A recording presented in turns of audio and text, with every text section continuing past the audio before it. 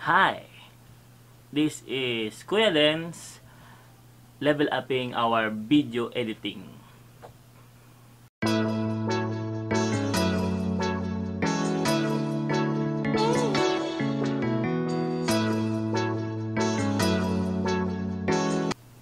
Hello sa panibagong episode na naman ng ating Kuya Dens channel.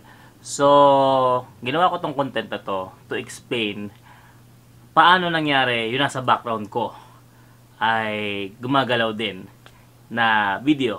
So, wala nang paligoy-ligoy pa. Ang tawag sa technique na to ay chroma key. Okay? So, alam to ng mga nagbi-video edit tsaka nagpo-pod edit. Ang chroma key ay pagle-layering ng dalawang video, no?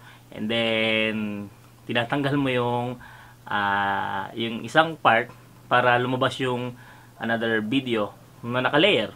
Okay? So, madalas nyo nakikita sa mga movies na sinushoot yung tinatawag na CGI.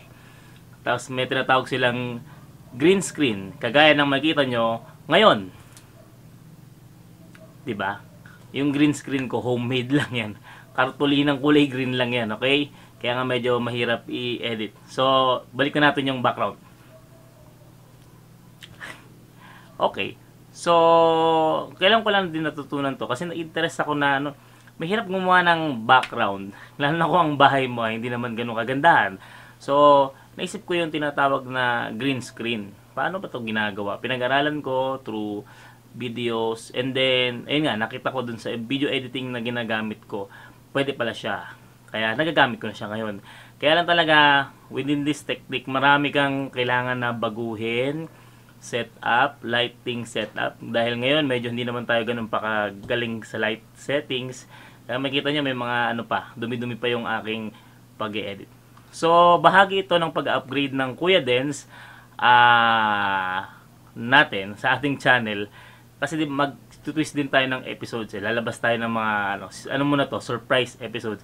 After nung ilalabas kong episode about dun sa ating pag 1 month. Yes, 1 month na ang Kuya Dens channel. So, this is a short video lang. Excited lang ako na makita yung magiging product nitong aking ginagawang ngayon. Upgrading ng video editing. So, ayan. Again, babalik ko yung green screen. Gawa lang yan ulit sa kartulina. Okay, bumili lang ako kartulina. Kanina, dinikit ko sa pader. And then, eto yung layering. Yan. Okay, so madali lang siya patutunan actually.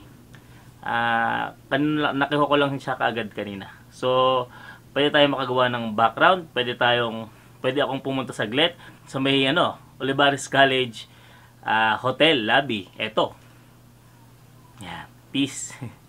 Pwede rin akong pumunta sa isang lugar na kulay blue. Yon. Oh.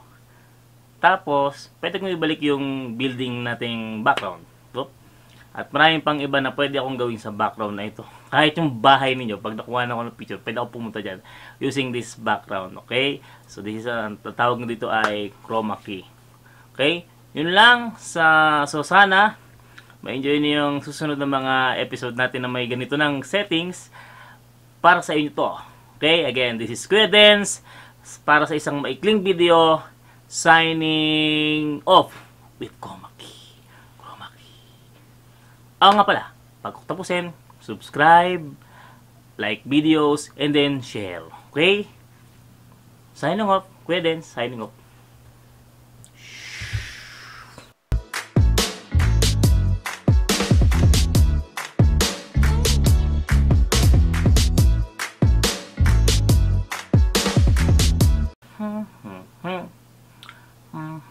Testing ko nga yung background ng opening ng Kuya Dens.